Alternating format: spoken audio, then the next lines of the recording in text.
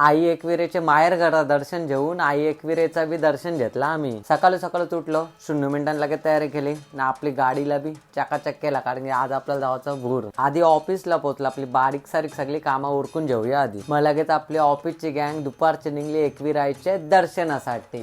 एकविरा माते की जय, गणपती बाप्पा मोरया।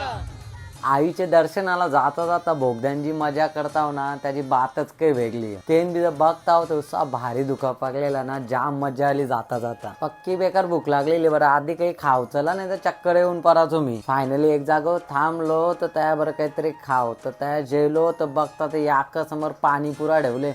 पाणीपुरा नको बरं, आपण समोसा खाऊ, पण समोशांगे आमचा पोट भरला नाही। मग यो बघा मॅगडीचा खाना फक्त 99 रुपयाने घेतले। ही आयडिया तुम्हाला पाहिजे असेल तर कमेंट करून सांगा कसा घेतला ते आम्ही सांगतो। एकविरेला जाताना आया नाही थांबलो तर कसा होता, असं वाटतं साक्षात एकविराईच आपल्याला बघते। आधी एकविराईच्या माहेर घरा दर्शन देवाचा म्हणजे कालभैरवाचा म्हणजेच बैरी देवाचा, त्या 1 नंबर असा दर्शन घेतला आम्ही। मग लगेच त्यांच्या 5 मिनिटांनी आपल्या आई एकविरेच्या भेटीला। बोला एकविरा माते की जय। पोचल्या पहिले पायथ्याजवळ दर्शन घेतला, लगेच डोंगराच्या पायऱ्या चढायला सुरुवात केली।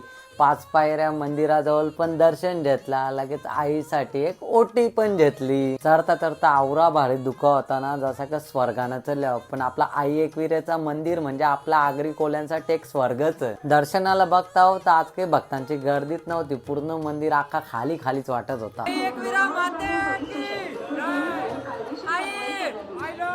लगेच 10 मिनिटांनी आपलं दर्शन झालं। लाख टेन्शन असतील प्रत्येकाला, पण आई आल्यावर आई एकविरेचं दर्शन घेऊन माथा टेकला ना, सगळं टेन्शन आपण विसरतो, बरोबर ना। बाहेरच्या साईडला आपले 5 पांडवांनी बनलेल्या लेण्या आणि आई एकविरेचं मंदिर असा शोभून दिसत होता ना, असं वाटतं बघतच राहावं मंदिराकडे।